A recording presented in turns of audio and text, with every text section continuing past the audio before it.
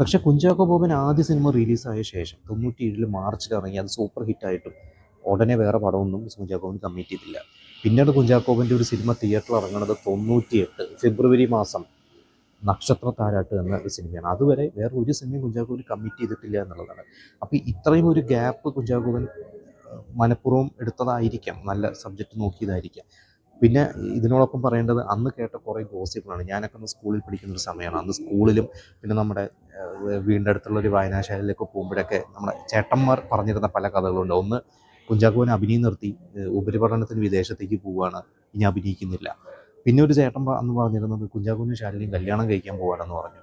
മറ്റൊരു ചേട്ടൻ പറഞ്ഞു കുഞ്ചാക്കോവിന് ഇപ്പോൾ പരീക്ഷ എഴുതുകയാണ്, ബികോം ഫൈനൽ ഇയറാണ്, ഇനി അതൊക്കെ കഴിഞ്ഞ് റിസൾട്ടൊക്കെ വന്നിട്ടേ ഇനി വേറെ സിനിമ ചെയ്യുള്ളൂ.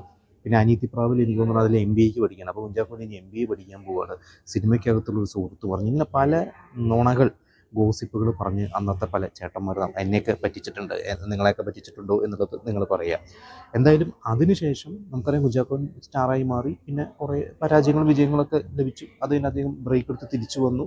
ഇന്നും സജീവമായിട്ട് നിലനിൽക്കുന്നു. കുഞ്ചാക്കോവിന് ശേഷം വന്നൊരു തലമുറ എന്ന് പറയുകയാണെങ്കിൽ നമുക്ക് പൃഥ്വിരാജ്, ജയസൂര്യ, പിന്നെ ആ കാലഘട്ടത്തിൽ ഇന്ദ്രജിത്ത്, നരേൻ, പിന്നീട് ആസിഫ് അലി, നിവിൻ പോളി, ഉണ്ണി മുകുന്ദൻ, ടോവിനോ, അങ്ങനെ ഒരുപാട് പേരുണ്ട്. ഇതിൽ പല നടന്മാരും ആദ്യത്തെ ഒരു സിനിമയോ 2 സിനിമ കൊണ്ട് തന്നെ പ്രിയപ്പെട്ട നടന്മാരായി മാറി.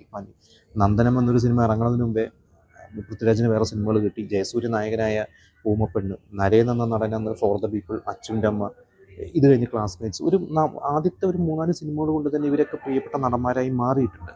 പക്ഷേ കുഞ്ചാക്കോ ബോബൻ സൃഷ്ടിച്ച ഒരു റെക്കോർഡ്, അല്ലെങ്കിൽ ആ ഒരു ഓളം, നേരത്തെ ഞാൻ പറഞ്ഞല്ലോ, ഒരു സിനിമ കൊണ്ട് തന്നെ ഒരു ഇൻഡസ്ട്രി ഹിറ്റ് അടിക്കുക, ഒരു റൊമാൻറ്റിക് ഹീറോ ആയി മാറുക എന്ന് പറയുന്നത് എനിക്ക് തോന്നുന്നു അതിന് മുമ്പോ അതിന് ശേഷമോ മറ്റൊരു നടനില്ല.